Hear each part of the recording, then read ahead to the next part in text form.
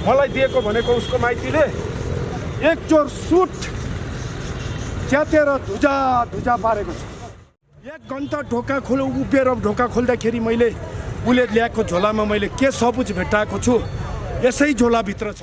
आज मैले रगत पसिना बगाएर मैले किनेको घर, मैले किनेको जग्गामा मेरो माइतीको सम्पत्ति भनेर धाक देखाउनु मिल्छ? 104 वर्षको बुढा बाउले म बुहारीसँग कुरा गर्छु भन्दाखेरि किन कुरा गर्न चाहेन?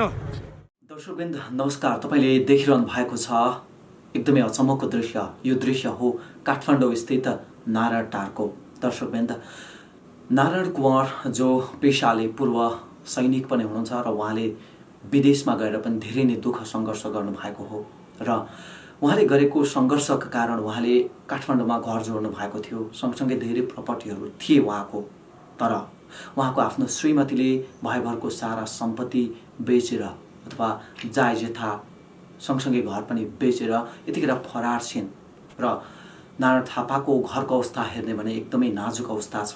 घरमा 104 वर्षका बुढा बुवा हुनुहुन्छ, त्योसँगै एकदमै बुढी आमा 70 वर्षकी जो क्यान्सर पीडित आमा हुनुहुन्छ, उहाँहरूको 87 वर्षकी आमा हुनुहुन्छ जो क्यान्सर पीडित हुनुहुन्छ र उहाँहरूको एकदमै नाजुक अवस्था छ। परिवारको एउटा छोरा छ, त्यो छोरा पनि अहिले अस्ट्रेलियामा छ, तर छोराको अवस्था पनि अहिले हेर्ने भने बुवासँग सम्पर्क नै नभएको जस्तो कुरा गर्नुभएको छ।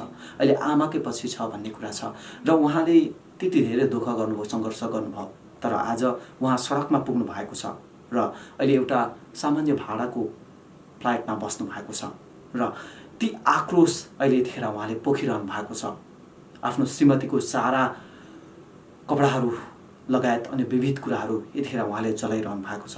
खासमा यो समस्याको समाधान त होइन चलाउनु नै, तर पनि उहाँले आफ्नो पीडा सहन नसकेर यतिखेर यी सारा सम्पत्ति, सारा जायजेथा, सारा कपडाहरू जलाउनु भएको छ।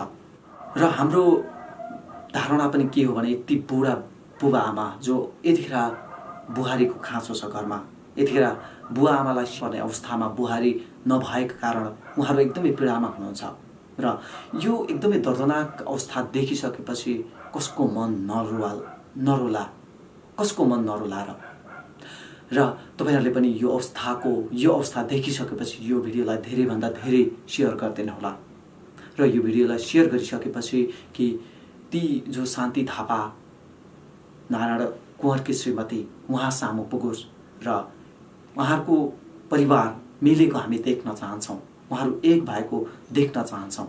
त्यसैले गर्दा धेरैभन्दा धेरै यो भिडियोलाई शेयर गरिदिनु होला। उसले मलाई बिर्सिन्छ भनी म पनि यो यादको लागि म सधैँ उसको यादको लागि म तडपेर म बस्न सक्दिनँ। भन्नुहोस्,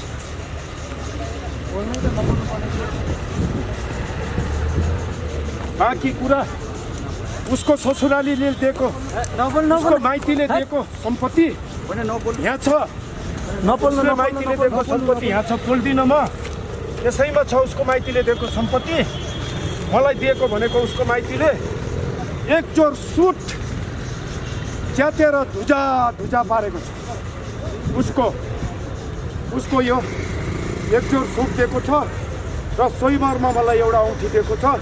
अस्तिको मिडियालाई मैले हस्तान्तरण गरेँ, आज पनि यही कोर्टको खुल्तीमा छ यो औँठी, सोइमारमा दिएको औँठी। यसै कोर्टमा राखेर मेरो परिवारले जहिले मलाई भेट्न आउँछ त्यतिखेरको पिरियडमा नै म उसलाई हस्तान्तरण गर्छु।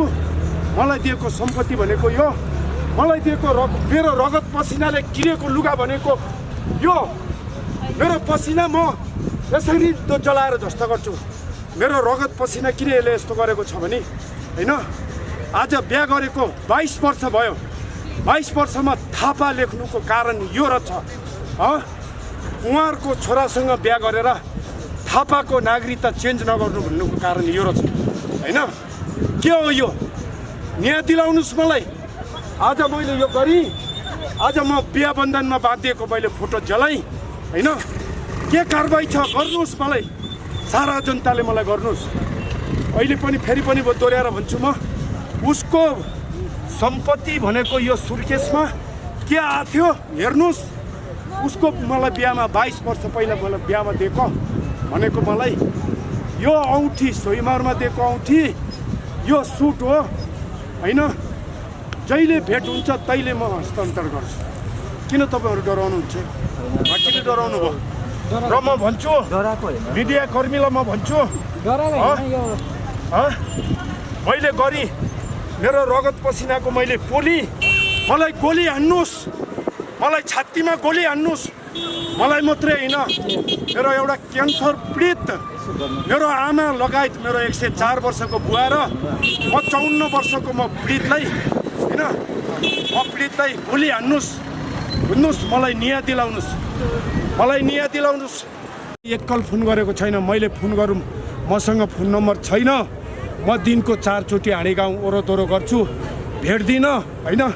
नभेटेपछि म पनि अर्काको घरमा अहिले यसै त रिसिभी छ, मलाई केही भन्न सक्छ होइन। मेरो आमालाई सोधेको थियो, यसको जेठा दाजु श्याम थापाले सोधेको थियो कस्तो छोरो पाएछ भनेर। आज श्याम थापाकोले कस्तो बहिनी पाएछ, मेरो आमाले यस्तो छोरो पायो, हेर्नु उसको बहिनी कस्तो पायो, उसले आफैले विचार गर्छ, आफैले भोग्छ। हेर्नुहोस् तपाईँले जुन तपाईँहरूको मेन रेसिपी चाहिँ के हो? रेसिपी चाहिँ के हो तपाईँहरूको? मलाई छोडेर घर भागेर पाकेको भात छोडेर जानुको कारण के? म 1.5 वर्षको पिरियडमा गाउँबाट आउँदाखेरि झोलामा 1 घन्टा ढोकामा उभिएर ढोका खोल्दाखेरि 1 घन्टा उभिएर ढोका खोल्दाखेरि मैले उसले ल्याएको झोलामा मैले के सबुज भेटाएको छु, यसै झोलाभित्र छ। पहिलाको मिडियालाई पनि मैले देखाएँ, आजको मिडियालाई पनि म देखाउन चाहन्छु। के गरौँ भन्नुहोस्? यो हामीलाई चाहिँ यो बुझाइदिनु, तपाईँको श्रीमती चाहिँ कहिले जानुभयो, के कारणले जानुभयो? मलाई थाहा छैन, उसैले थाहा छ होइन। तपाईँले खोजी नीति गर्नुभयो कि भएन? खोजी रीति उसले पनि गर्यो, उसले चौकीमा रिपोर्ट पनि हालेको छ। उसले चौकीमा गएर रिपोर्ट हालेको ठाउँमा गएर तपाईँले आफ्नो श्रीमतीलाई खोज्नु भएको भए त पक्कै पनि भेट्नुहुन्थ्यो होला। चौकीमा आयो जान्न भन्यो, तँलाई चाहिँदैन जान्न। मेरो बुढी आमा 104 वर्षको बुवा र 90 वर्षको बुढी आमाले हिँड छोरी जाउँ भनेर महिला सेलबाट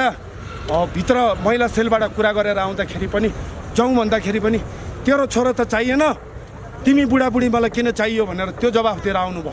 तपाईँहरूको डिभोर्स पनि भइसकेको छैन? डिभोर्स भइसकेको छैन। उसले मलाई दिएको छ टचर, रात दिन टचर दिएको छ।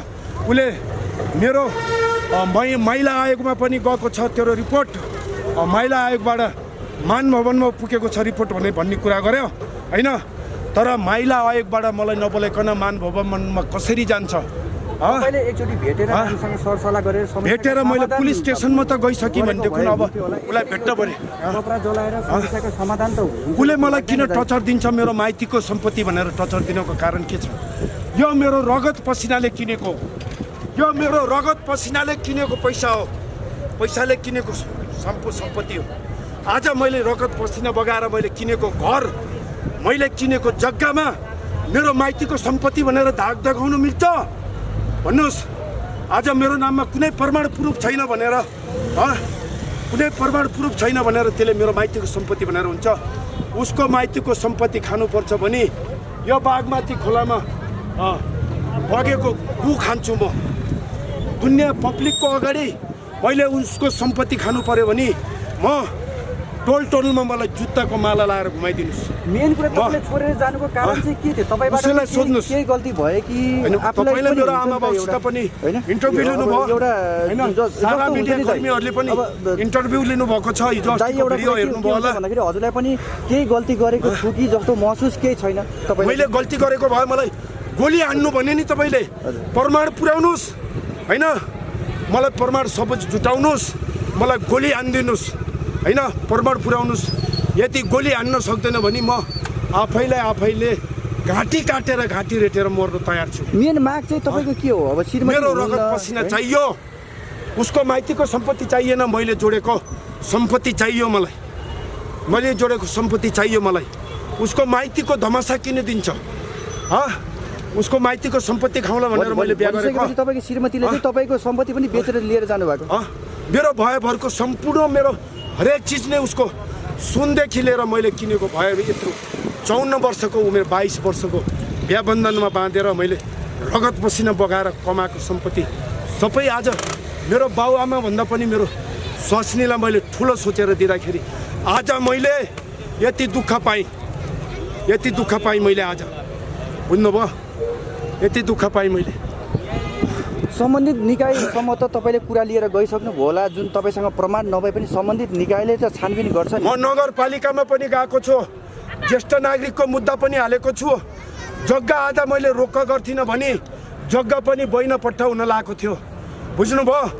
मलाई भगवान्ले एक दिन आज बैना गर्नु छ, हिजो जस्तो मैले रोक्का गरेँ मैले, होइन? मेरो दुःख र पीडा उपमेयर शान्ति नेपाल आएर मेरो बुवा आमालाई भेटेर, होइन, मलाई भेटेर, होइन, मैले निवेदन मैले चढाएको छु गोकर्णेश्वर नगरपालिकामा, होइन? मैले चढाएको छु गोकर्णेश्वर नगरपालिका, मैले निवेदन चढाएको छु। 12 गते फसेला छ, के फसेला हुन्छ, होइन? मान्य गुन्ने अभिभावकहरूले के फसेला गर्नुहुन्छ, त्यसपछि मुद्दाको लागि पनि म रेडी पेपर तयार गरेर बसेको छु।